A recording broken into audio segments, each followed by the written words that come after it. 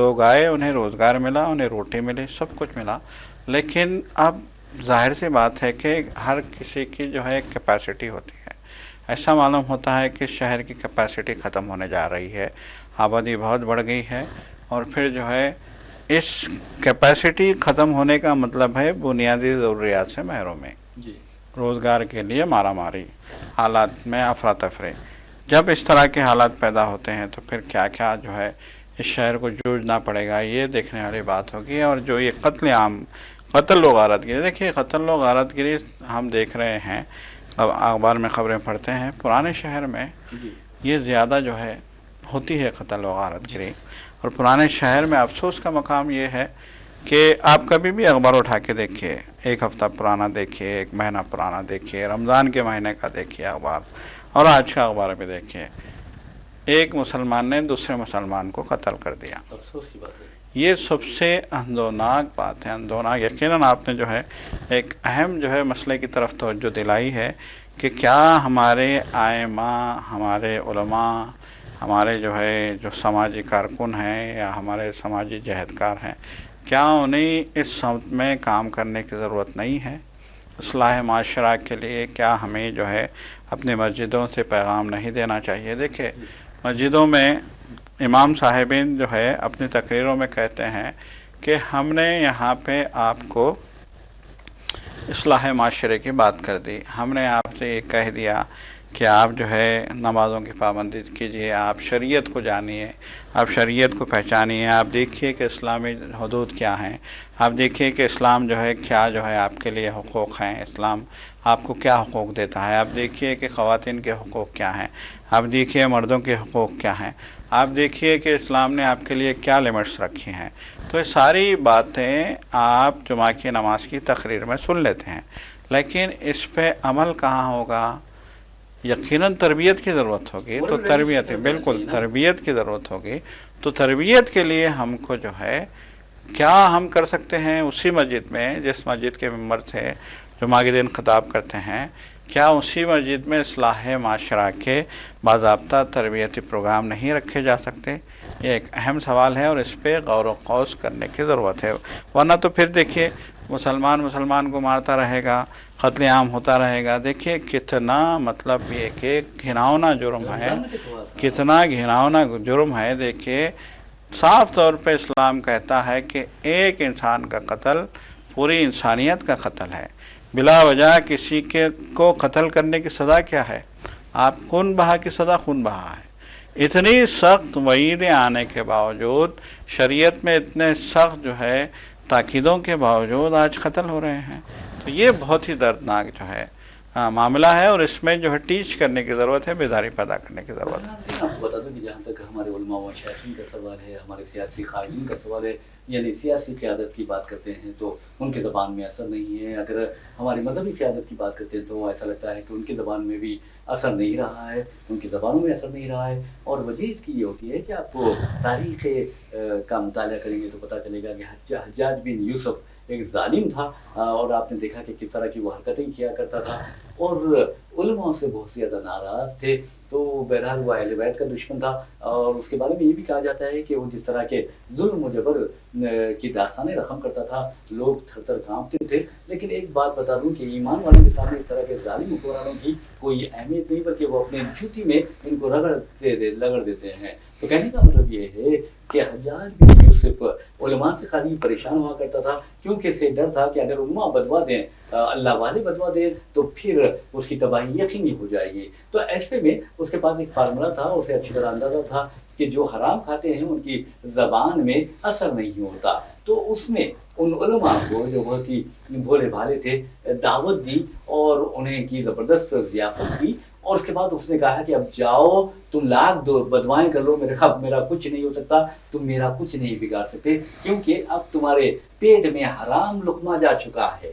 تو ایسے میں اب یہ دیکھنا ہے کہ ہم کس مقام پر کھڑے ہیں. خاص طور پر اب دیکھیں ہمارے علماء و مشائخین ہیں اور ہمارے جو سیاسی قائدین ہیں, اکثر بعض سودخور دعوت میں بلاتے ہیں تو چلے جاتے ہیں. انہیں یہ دیکھنا چاہیے کہ دعوت دینے والا کون ہے, کیا اس کی کمائی حلال کی ہے یا حرام کی ہے, کیا وہ سودی کاروبار کرتا ہے, یہ دیکھنے کی بات ہے. آپ اس کے یعنی رہن سہن, اس کے ٹھاٹ بات, اس کی گاڑیوں کو دیکھ کر متاثر ہو کر چلے جاتے ہیں کہ وہ بڑا آدمی ہے, اس کے دعوت میں جانا اپنا فخر یعنی اپنے لیے باعث فخر سمجھتے ہیں, تو یہ غلط بات ہے. یہ مت سوچئے کہ وہ کون ہے, کیونکہ جو سود خور ہوتا ہے وہ اللہ اور رسول سے جنگ کرنے کے مترادف ہوتا ہے. سود کھانا یا سود کا لینا یا دینا. حق تو یہ ہے کہ اگر سود کے لین دین میں اگر کوئی تحریری کام بھی کرتا ہے تو وہ بہت ہی خطرناک ہوتا ہے. تو کہنے کا مطلب یہ ہے کہ اس طرح کے واقعات ہونا بہت بری بات ہے. ہمارے علماء, ہمارے مشائخین, ہمارے خطیب, ہمارے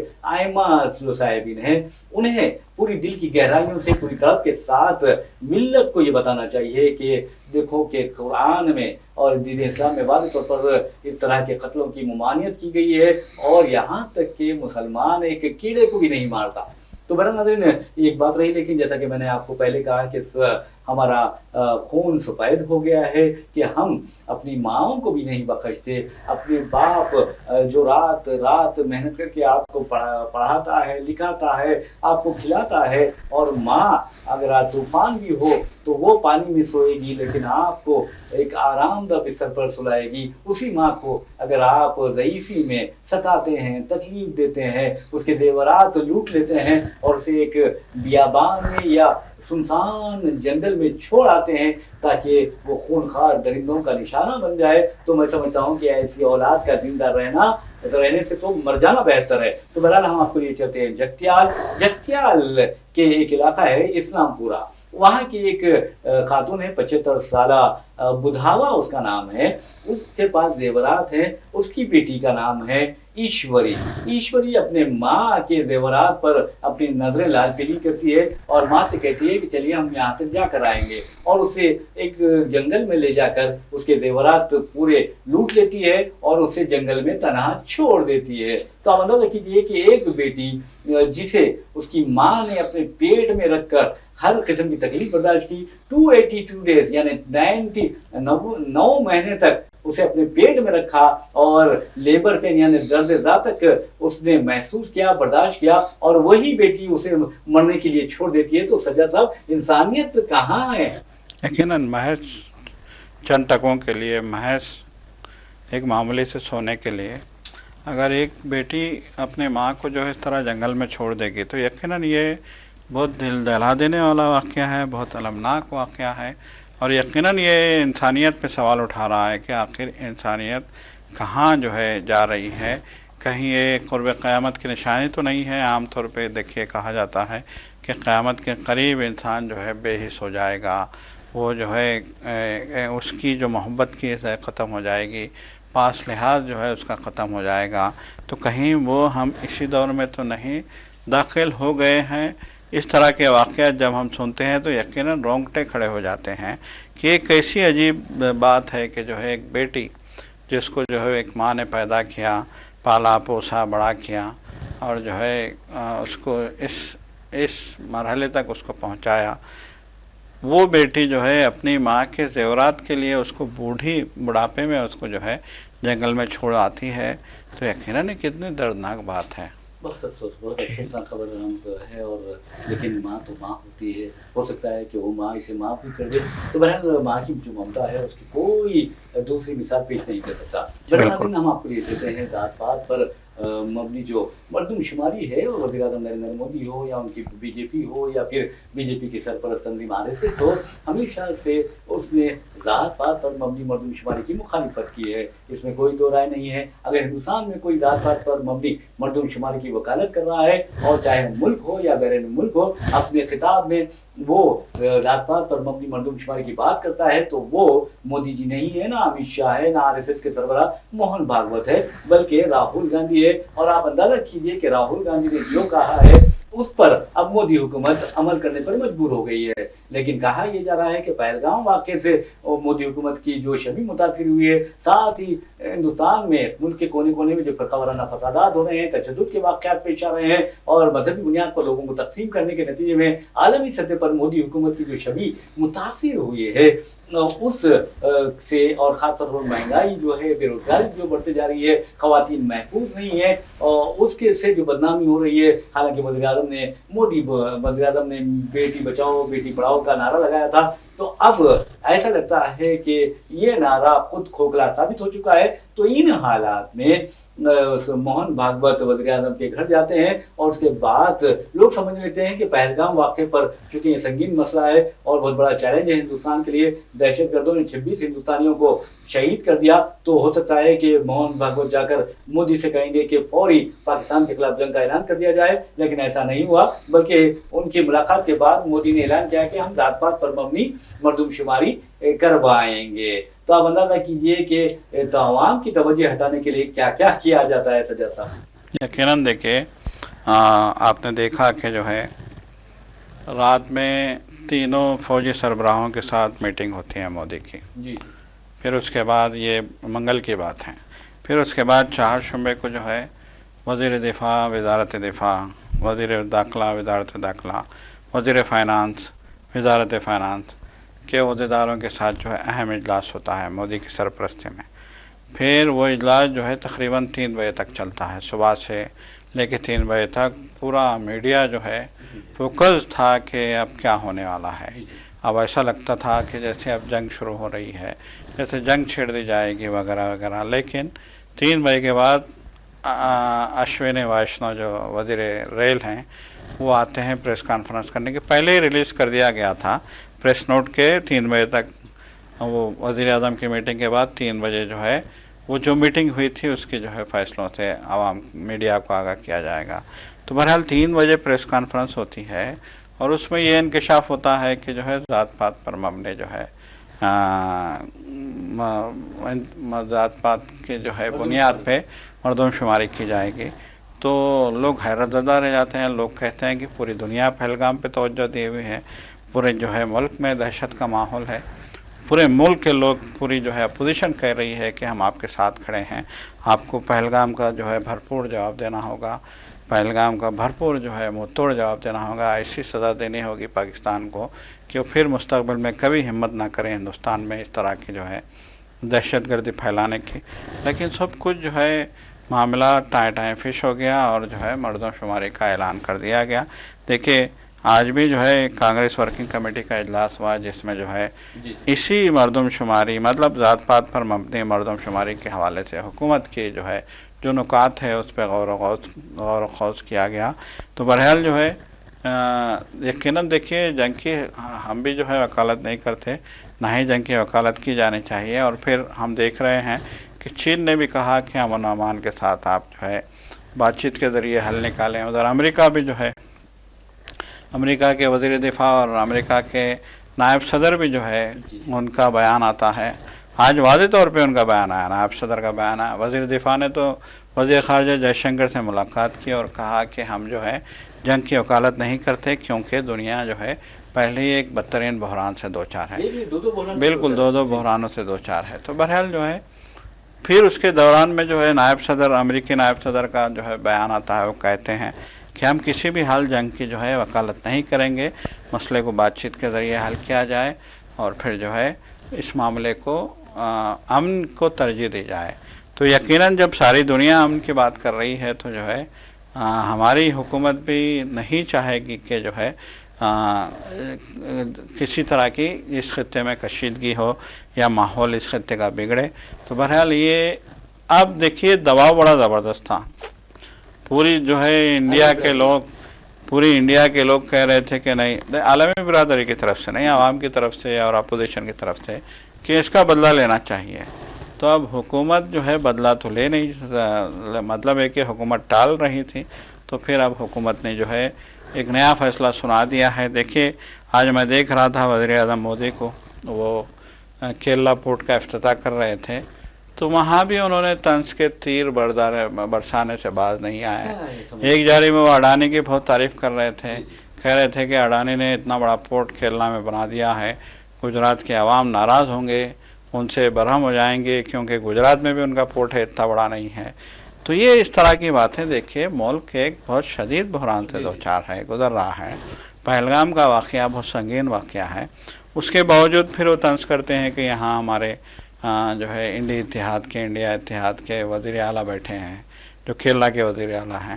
میں ان کو پیغام دینا چاہتا ہوں، وہ بہت سخت جو ہے انڈیا اتحاد کے بہت ہی سخت وہ ہیں، حمایتی ہیں، اور جو ہے وہ مودی ہماری حکومت کے سخت ناقد ہیں. تو میں بھی ان سے یہ کہنا چاہوں گا، ہم نے یہاں سے جو پیغام دیا ہے اپوزیشن کو پہنچ گیا ہوگا. تو اس طرح کی تندیاں، بے مطلب کی باتیں، قطعی جو ہے سطحی باتیں وزیر اعظم کر کے نکل گیا. آج بہت افسوس ہوا. 8,800 کروڑ کی جو ہے ایک بندرگاہ وہاں پہ تعمیر ہوتی ہے اور اس کا افتتاح ہوتا ہے، اور دنیا کے بڑے بڑے جہاز اب یہاں آئیں گے. اس موقع پہ اس طرح کی جو ہے اپوزیشن کو نشانہ بنانا اور یہ کہنا کہ اپوزیشن تک میرا پیغام پہنچ گیا ہوگا وغیرہ وغیرہ، یہ ذومانی اور ذیلی باتیں جو ہے یہ سمجھ میں آنے والی نہیں ہیں. حکومت، آپ دیکھیے بہار الیکشن آپ کے لیے اہم ہے، بنگال الیکشن آپ کے لیے اہم ہے، اور پھر آگے بھی جو ہے مختلف ریاستوں کے انتخابات ہو رہے ہیں. وہ انتخابات آپ کے لیے اہم ہیں، تو آپ کی ساری توجہ ادھر ہی لگی ہوئی ہے. آپ کے لیے قومی سلامتی اہم نہیں ہے. سوال یہاں یہ پیدا ہوتا ہے کہ کیا آپ کے لیے قومی سلامتی اہم نہیں ہے؟ بہرحال اس بات سے انکار نہیں کیا جا سکتا کہ جو ہے جنگ نہ کبھی مسئلے کا حل ہوئی ہے، نہ مسئلے کا حل ہو سکتی ہے. اور یہ بھی پورے ماہرین، جتنے بھی تجربہ کار ماہرین ہیں، وہ سبھی یہ کہتے ہیں کہ جنگ آپ شروع تو کر سکتے ہیں لیکن ختم کرنا آپ کے بس میں نہیں ہوتا. ہم یوکرین کی مثال دیکھ رہے ہیں، ہم فلسطین کی مثال دیکھ رہے ہیں، ہم جو ہے غزہ میں جو حالات ہیں وہ دیکھ رہے ہیں، 2 سال سے ہم دیکھ رہے ہیں. تو یہ ختم کرنا ہمارے ہاتھ میں نہیں ہوتا، اور یقیناً جو ہے امن کے لیے امن کو ترجیحات میں شامل کرنا یہ سمجھداری کی نشانی ہے. وزیر داخلہ امت شاہ نے واضح طور پر کہا ہے کہ آپ نے بھی سنا ہے، وہ کہہ رہے ہیں کہ ہم دہشت گردوں کو چن چن کر ماریں گے. بہت اچھی بات ہے، اگر آپ ایسا کرتے ہیں تو آپ اپنے فریضہ ادا کرتے ہیں، اور آپ ایک کامیاب وزیر داخلہ کی حیثیت سے آپ کا نام یاد رکھا جائے گا. تو بہرحال جہاں تک وزیر اعظم نریندر مودی کا سوال ہے، تو اب ان کو ان کے ایک بھکت نے، جو آپ دیکھیں گے امریکہ میں مقیم ہیں اور وہ ایک ہندو آرگنائزیشن ہے امریکہ میں، اس نے مشورہ دیا ہے کہ پہلگام دہشت گردانہ حملوں کے پیش نظر ہندوستان کو ہندو راشٹر ہونے کا اعلان کر دیا جائے. تو عجیب و غریب باتیں کرتے ہیں، امریکہ میں رہ کر اس طرح کے بیان بازی کرتا ہے. تو میں سمجھتا ہوں کہ امریکی حکام کو بھی چاہیے، اتھارٹیز کو چاہیے کہ اس طرح کے کمیونل فورسز کو وہاں سے نکال پھینکیں، ان کو لاک مار کر نکال دیں، اور یہ کہیں کہ انسانیت سب سے اہم چیز ہوتی ہے، اور یہ وہاں پر دہشت گرد تباہی بربادی مچا چکے ہیں، اور یہ کہہ رہا ہے کہ ہندو راشٹر کا اعلان کر دیں. پہلے انسانیت کا راشٹر ہونا چاہیے. دیکھیے، ایک توجہ دلانا چاہوں گا میں آپ کی. بحریہ کے ایک جوان تھے جن کی بالکل شادی ہوئی تھی حال میں، ایک بالکل، وہ گئے تھے ہنی مون منانے کے لیے پہلگام. وہاں ان کی جو ہے اس حملے میں، دردناک جو ہے حملے میں موت ہو جاتی ہے، دہشت گردانہ حملے میں. ان کی بیوی تو 3-4 دنوں کے لیے، 3-4 دنوں سے بلکہ جو ہے 1 ہفتہ ہو گیا ہے، سکتے میں تھے. اب وہ ہوش میں آئی ہیں تو ان کی زبان سے نکلا کہ ہندو مسلم نہ کرو. بالکل انہوں نے کہا، آپ جو ہے بالکل انہوں نے کہا کہ آپ نفرت نہ پھیلائیں، آپ ہندو مسلم نہ کریں. وہاں کوئی ہندو مسلم نہیں تھا، وہ مارنے والے دہشت گرد تھے، اور انہوں نے کوئی ہندو مسلم نہیں کیا. انہوں نے سیدھے اندھادھند گولیاں برسائیں، اور ہم کو جو بھی لوگ جن لوگوں نے مدد کی وہ مسلمان تھے، وہ کشمیری تھے. آپ یہاں پہ نہ کشمیری کریں نہ ہندو مسلم کریں. تو دیکھیے اس لڑکی کے دل پہ کیا گزر رہی ہوگی کہ شوہر کے ساتھ وہ گئی تھی ہنی مون بنانے، بالکل 10-15 دن کی شادی کی جو ہے دلہن تھی، بالکل 6 دن کی شادی کی دلہن ہے. وہ کہہ رہی ہے کہ آپ جو ہے ہندو مسلم نہ کریں. اور انہوں نے کہا ہے، ہمانشی نروال نے کہا ہے، اپنے شوہر کی وہ جو پیدائشی 26ویں سالگرہ تقریب تھی اس شوہر کی، آزادی شوہر کی، اس موقع پر بلڈ ڈونیشن کیمپ کا انعقاد کیا گیا، اہتمام کیا گیا. اس موقع پر روتے ہوئے انہوں نے تقریر کی کہ آپ کشمیریوں کے خلاف، مسلمانوں کے خلاف نفرت نہ پھیلائیں. بالکل. تو دیکھیے، ایک جس کے دل پہ کیا گزری ہوگی کہ اس کے شوہر کو نو بہاتا جو ہے دلہن کے شوہر کو مار دیا گیا. وہ تک یہ پیغام دے رہی ہے کہ آپ نفرت نہ پھیلائیں. اور پھر ملک میں کس طرح کے حالات آپ دیکھیے، بار بار جو ہے جس طرح سے جو ہے ماحول گرمانے کی کوشش کی جا رہی ہے وہ بہت افسوسناک ہے. تو گودی میڈیا کو بھی یہ سوچنے کی بات ہے، وزیر اعظم کو بھی یہ سوچنے کی بات ہے، اور بی جے پی کو بھی یہ سوچنے کی بات ہے کہ ملک نفرت سے نہیں چلتا. اور دیکھیے ہمیشہ کہہ رہے ہیں کہ چن چن کر ماریں گے. بہت اچھی بات ہے، میں سمجھتا ہوں کہ چن چن کر نہیں، گھس گھس کر مارنا چاہیے. اور خاص طور پر آپ دیکھیں گے کہ ہمارے جو دشمن ممالک ہیں اس میں چین بھی سر فہرست ہے. اور سبرامنیم سوامی بی جے پی کے لیڈر ہیں، ان کا کہنا ہے کہ چین نے ہندوستان کی 2000 مربع کلومیٹر اراضی پر قبضہ کر لیا ہے، اور آج تک نہ مودی اس کے بارے میں وضاحت کرتے ہیں، نہ امت شاہ وہ اس کے بارے میں وضاحت کرتے ہیں. اگر چین دراندازی کر رہا ہے تو پھر مودی حکومت کیا کر رہی ہے، مودی حکومت نے کیا کام کیا ہے، قوم کو بتانا چاہیے. اگر آپ قوم کو نہیں بتاتے تو اس کا مطلب یہ ہے کہ آپ قوم سے چھپا رہے ہیں. سبرامنیم سوامی نے، جو بی جے پی کے لیڈر ہیں، انہوں نے واضح طور پر کہا کہ نریندر مودی بھارت ماتا کی حفاظت کرنے میں ناکام ہو گئے ہیں، انہیں بھارت ماتا کی توہین کی ہے. بالکل بالکل یقیناً. دیکھیے جس طریقے سے جو ہے سبرامنیم سوامی کا بیان ہے، دیکھیے یہاں ہوتا یہ ہے کہ اس طرح کے حالات میں آپ کو پورے ملک کے لوگوں کو لے کے چلنے کی ضرورت ہے. اب پورے ملک میں کشمیریوں پہ حملے ہو رہے ہیں، کشمیری تشویش میں مبتلا ہیں. وہ کہہ رہے ہیں کہ کس طرح کا ماحول آخر اس ملک میں بنایا جا رہا ہے. تو بہرحال یقیناً جو ہے اس سلسلے میں حکومت کو بھی سمجھداری کا مظاہرہ کرنے کی بالکل آپ نے صحیح کہا ہے. اور اسی صحیح بات کے ساتھ ناظرین ہم اپنا پروگرام خبر خیر اختتام کو پہنچاتے ہیں. اپنے میزبان محمد ریاض احمد اور میرے ساتھی سید سجاد الحسین کو اجازت دیجیے. انشاءاللہ پھر ملاقات ہوگی، پھر بات ہوگی. تب تک کے لیے اللہ حافظ. اللہ حافظ.